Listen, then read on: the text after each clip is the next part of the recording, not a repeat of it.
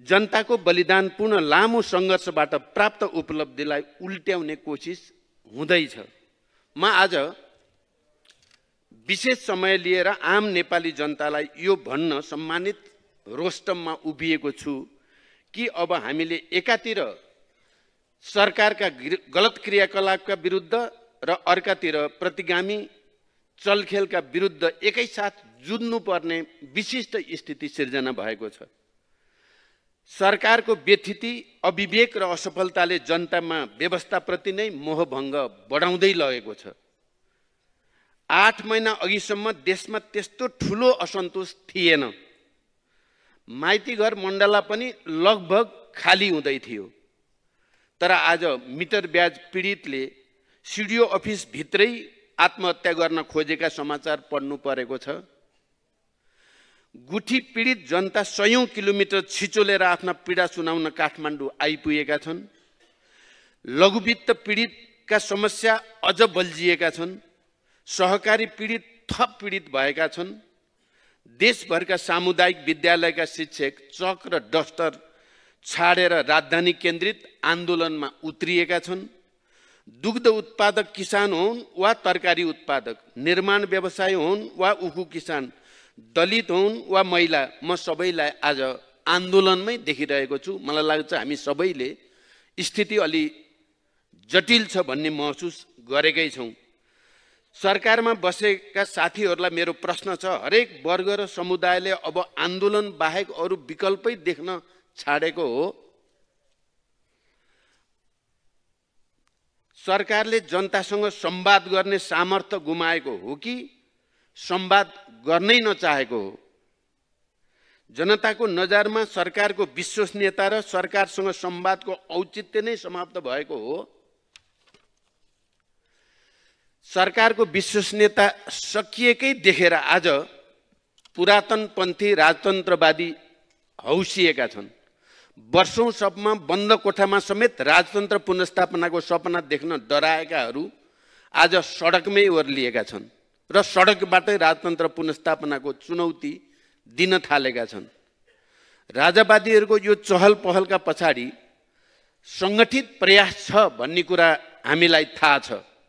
यसमा देशभित्र र बाहिरका चलखेल पनि मिसिएका छन्। तर म के भन्न चाहन्छु भने यसकालका चलखेल आज मात्रै भएका होइनन्।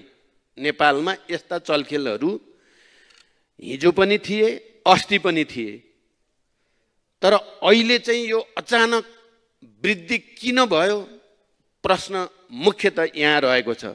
पछिल्ला 8 महिनामा सत्तामा रहेका पार्टीहरूले प्रदर्शन गरेका शासकीय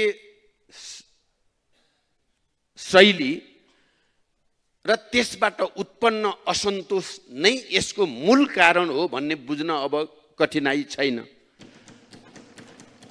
सभामुख महोदय, आज म ठुलो जिम्मेवारीका साथ सँगसँगै चेतावनीका साथ पनि भन्न चाहन्छु, नेपालको शान्ति प्रक्रिया मात्र होइन, गणतन्त्रको इतिहास पनि बडो मौलिक र निकै उदार रहेको छ। संसारभरिको गणतन्त्रको इतिहासमा राजतन्त्रको रगतले लेखिएका थुप्रै उदाहरण भेटिन्छ। तर नेपाल त्यसको अपवाद बन्यो। हामी सबैलाई राम्रोसँग जानकारी छ।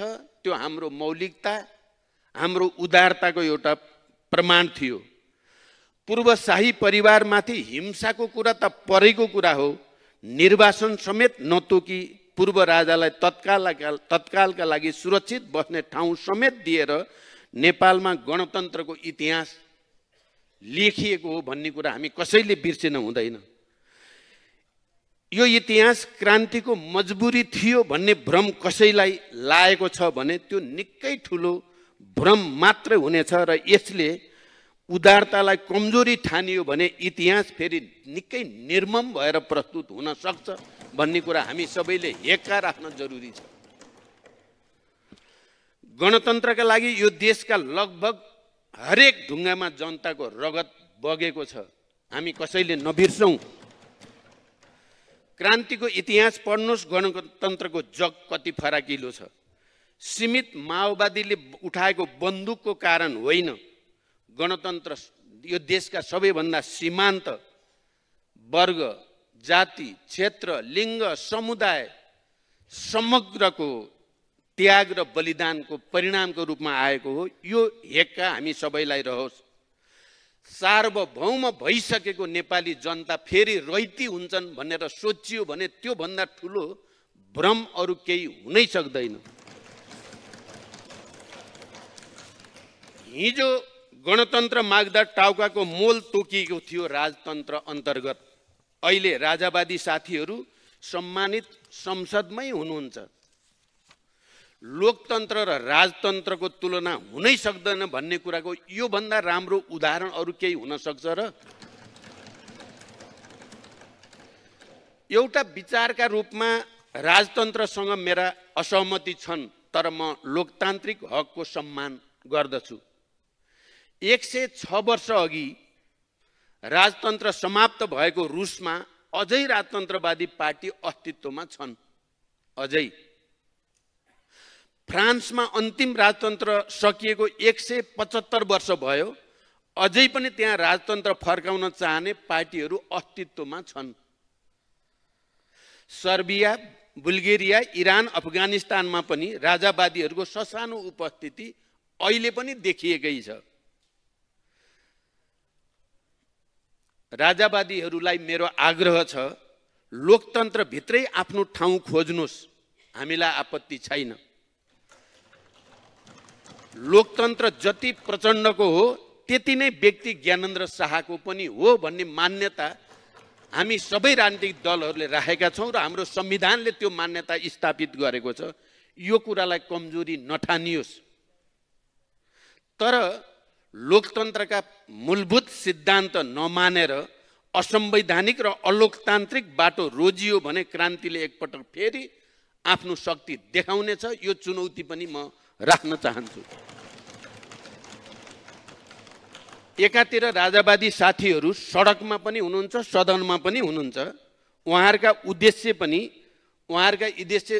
बडो प्रष्ट छन्। उहाँहरू इतिहासको चक्कालाई पछितिर फर्काउन चाहनु भएको छ। अर्कातिर सरकारको कुशासन पनि छ।